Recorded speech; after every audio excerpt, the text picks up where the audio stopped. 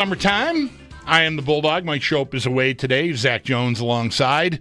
G running the video feed as always. And joining us right now on the West Her hotline is longtime. I'm going to go with longtime. Man, I'm sorry if that makes you feel old. I turned 60 last week, so I'm going to call you longtime Bills beat reporter for Syracuse.com and co-host of the Shout podcast. How's things, Matt? How's summer? How's baseball?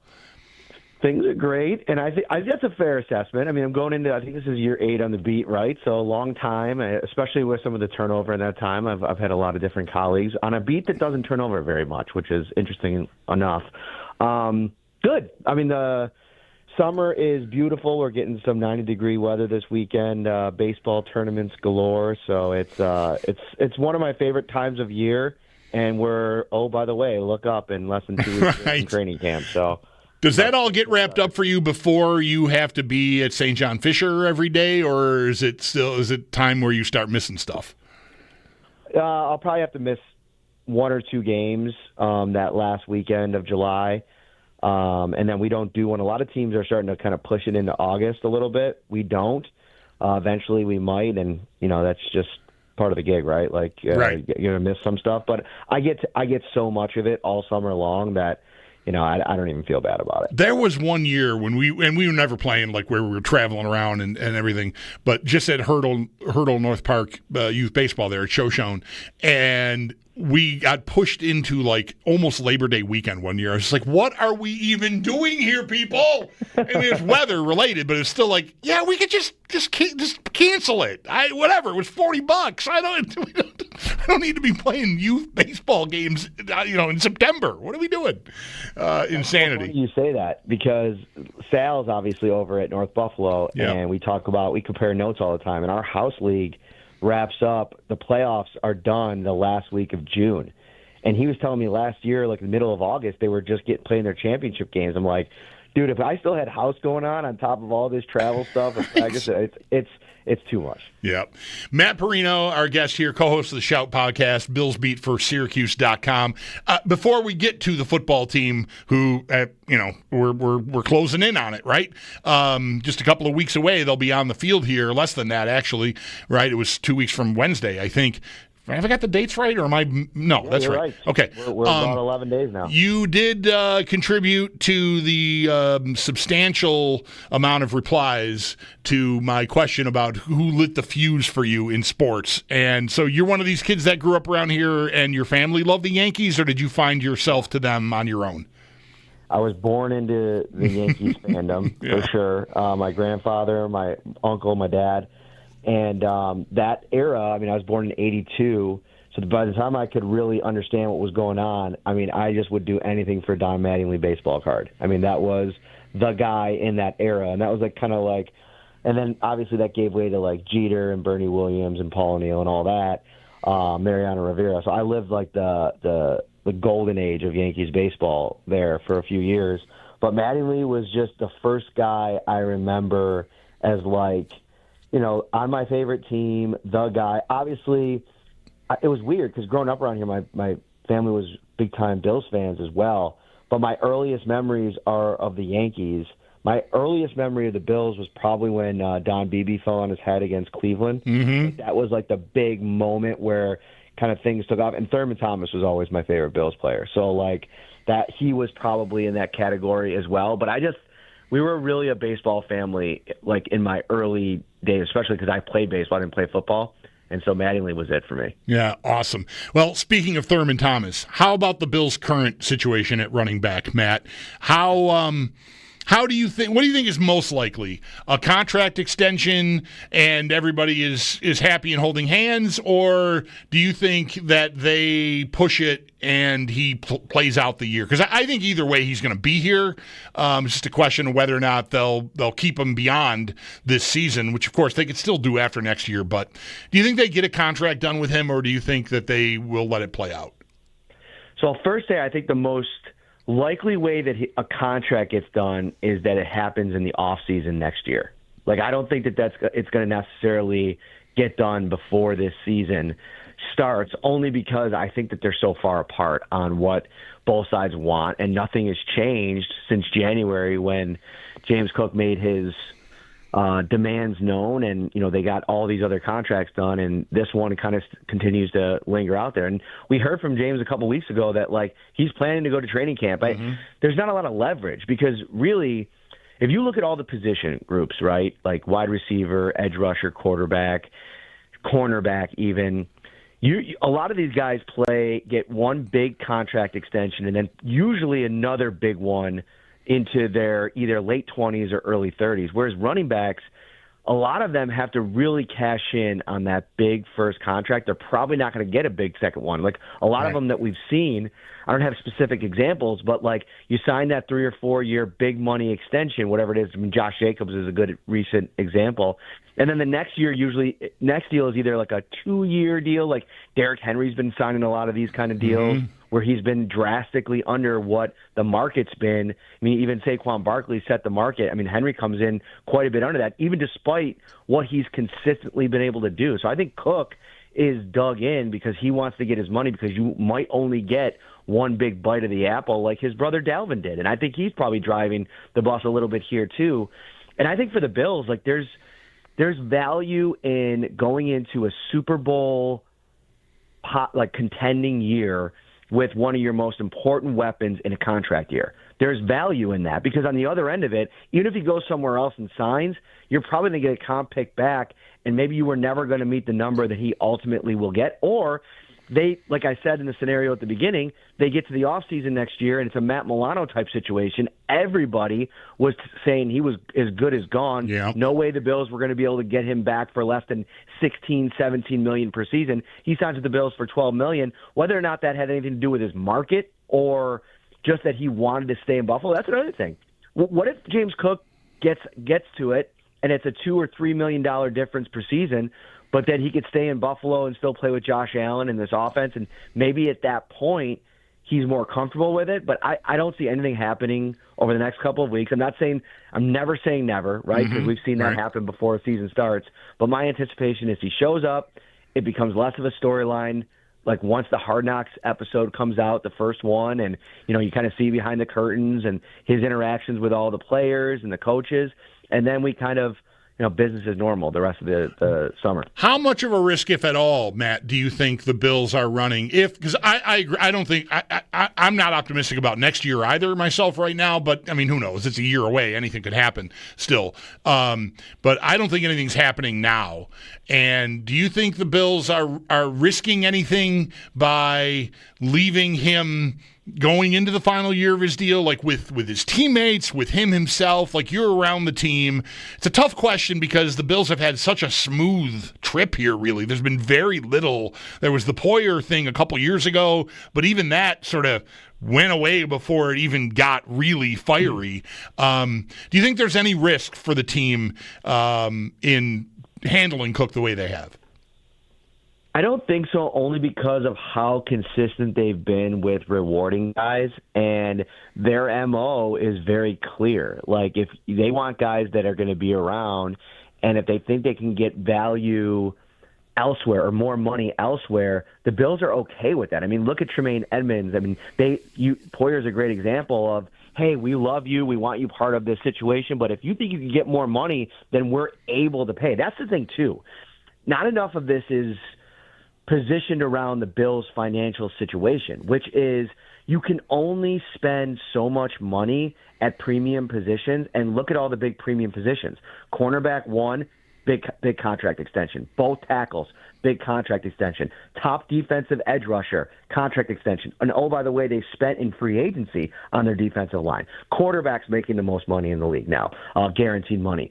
The salary cap is, it's a movable line, but when you're paying that much, you have to make some hard decisions in position groups where maybe you can't go out and get the next James Cook in the draft next year, especially in year one. I mean, James Cook, it took him a while to really become what he's been, but it's the position where I think you can get the most production from a rookie player. Not only that, they drafted Ray Davis last year in anticipation of this situation.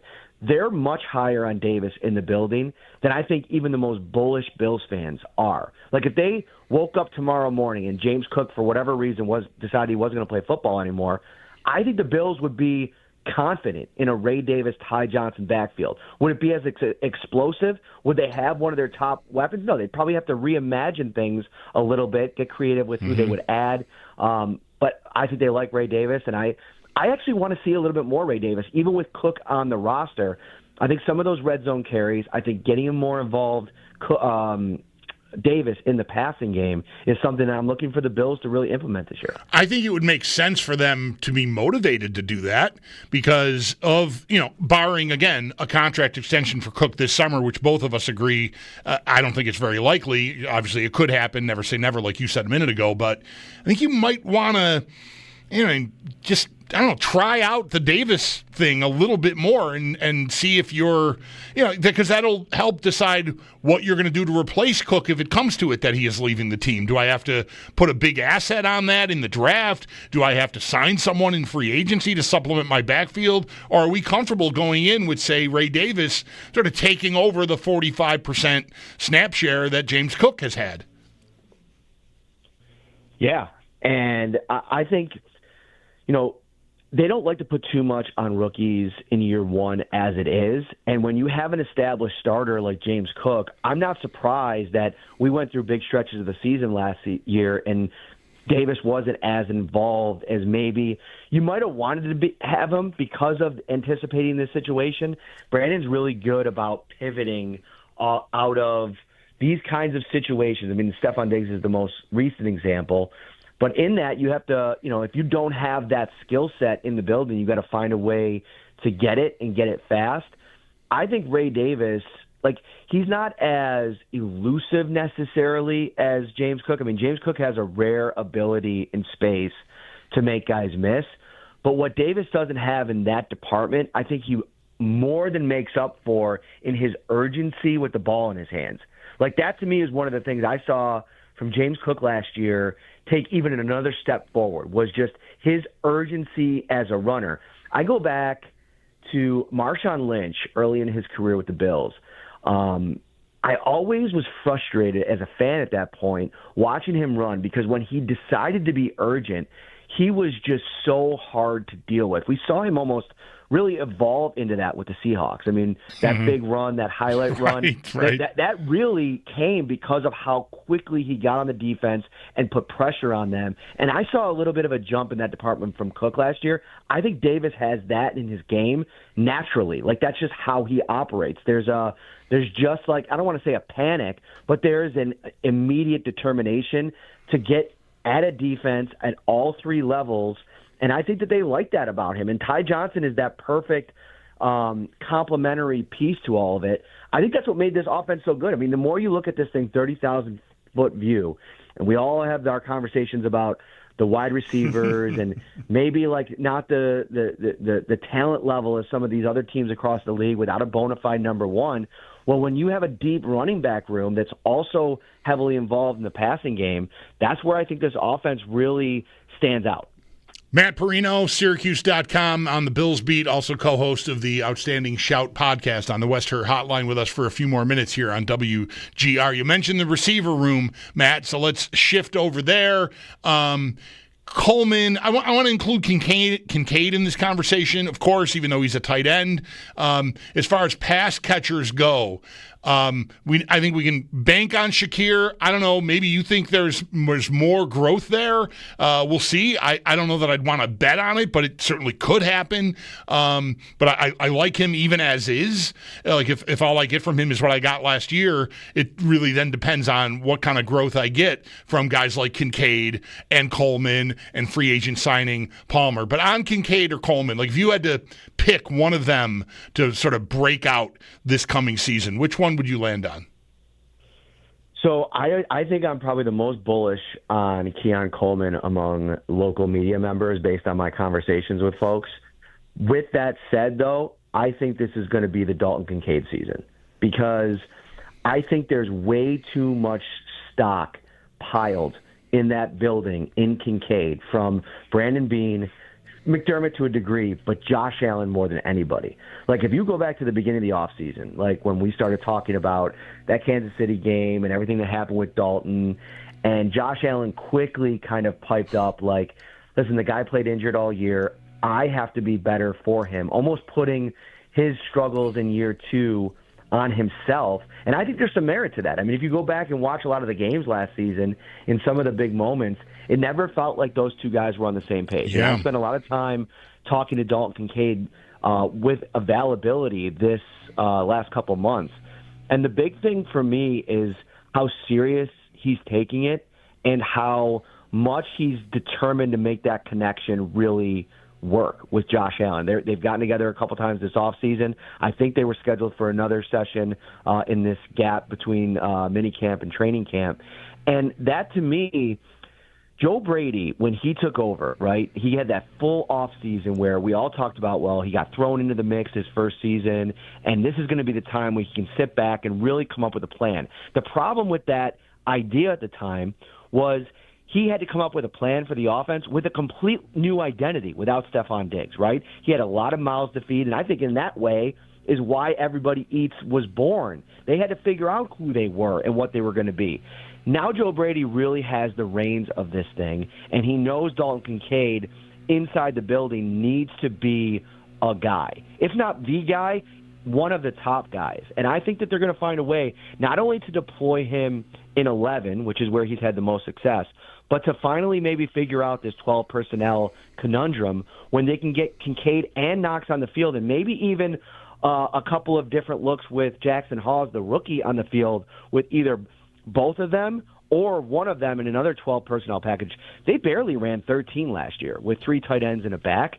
I think that's something that, with the way that they run the ball, wouldn't that put a lot of pressure on teams when you have those 3 guys on the field? Now, I know Kincaid's blocking is an issue, but with those 3 guys on the field, it almost becomes like a 12 personnel package because you can use Kincaid in the role you drafted him to be, right, which is primarily a pass catcher. Yeah, I almost wonder, and I think this got said by plenty of people who follow the team closely, Matt, that the Hawes pick could be an indication that they maybe won't use Alec Anderson as much. Like it's a sort of mix and match, and it's heavy, but it's not as heavy as having a 6th lineman out there. But it could, if it gets you, a team fearing the run, expecting the run, and you've got Kincaid as a part of it, maybe there's an edge there. Yeah, definitely. I still think they want Alec Anderson in the mix, and I think he'll probably start the season. Rookie tight end, there's a lot on his plate. He's going to be in a lot of different meeting rooms. They're going to be asking him to learn a lot of things, but he's definitely going to be a piece of it. Here's the other thing that they're guarding against. They've had 2 seasons now where their offensive line has been intact for almost the entire season, and they haven't had to deal with any injury. And the problem is Alec Anderson is so good in that role. He's their number 1 interior offensive line backup. So if one of these guys goes down, is Cedric Van Pran-Granger ready for a larger role? Can Tylen Grable, who might actually be the left guard of the future, I know he's the swing tackle right now, but there's a lot of people that think that he can project as the replacement for David Edwards when he finally decides to either move on or retire. I think you like both of those options. The problem is Alec Anderson might be better than both. And so if you pull him out of the jumbo role, what are you going to do in that scenario? I think throwing that onto another offensive lineman that maybe hasn't had the kind of practice time. And the other part of this thing is Alec Anderson played all last season. He didn't have a single target.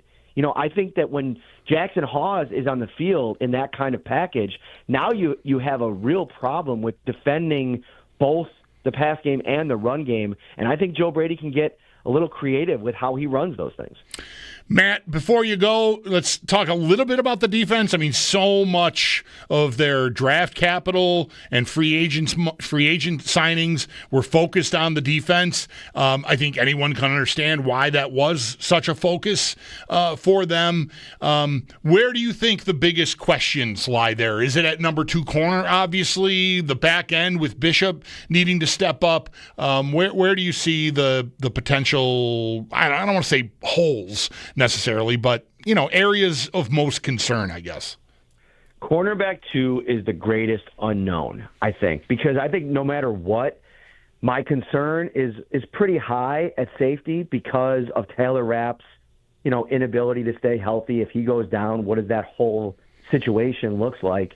That's definitely a concern. But at cornerback 2, I know you have Benford over there, But we've seen in the past, like, if you're not having the kind of level play that you need at that second spot, it could be a problem. And I don't know if Hairston is going to be able to make the kind of run. I think he definitely can. But we've also seen in the past where, first-round draft picks haven't been able to secure that job. And they brought in Tre'Davious White and Dane Jackson for a reason. I mean, they do tend to lean back on that position on guys that they know that have played in the system. I mean, Josh Norman it felt like he was here till he was 45. Even in practice squad roles, right? Because they know that he started in this defense before. You could throw him out there. Where's Tre'Davious White at? I've said this multiple times. I think that what we're going to see over the next month and a half is probably the best version left of Tre'Davious White. How good that player is at this stage, we'll learn it, we'll see it, and even if it's just average level, I still think that they might think that's safer bet to start the season than Maxwell Hairston. The thing that they have to have percolated in the back of their mind is how much did the way they approached Kyer Elam's rookie season with having them kind of split snaps and all the different, like, dangling the carrot and all these different ways, how much did that play into his eventual outcome? I go back to Cody Ford years ago, one of their first drafts, and there was a lot of hype about him as a high second-round pick. And he comes in here, and I'll never forget, everybody's, they said he was a tackle, like, exclamation point. You get to camp, and we get through camp, and they're splitting time with him and Ty Nsekhe. And Ty Nsekhe was a fine player, but he definitely had seen better days. And it just felt like at that stage, especially, they needed to give the job to the kid and let him kind of figure things out on the fly. I always felt that Elam could have probably benefited from that as well. So when you get to the end of this, is Tre'Davious White playing at a high enough level where he's just definitively better than Hairston, or are you willing to just bet on the young player eventually figuring it out because of the potential upside, and the more reps that he gets from the jump, the better off you are? We'll watch that play out over the next couple of weeks, and I think they spent the draft pick on Hairston, specifically him, all of the traits, like he's a zone corner in college. He has this unbelievable speed. Like, he fits what they want to do, especially opposite of a borderline all-pro in Christian Benford. I think he's got to win this job, but I'm very concerned about cornerback 2, most so on the defense. We could probably have another segment on Bishop, but I just think corner is just a little more important. Well, I wonder, real quick, I'll just squeeze this in.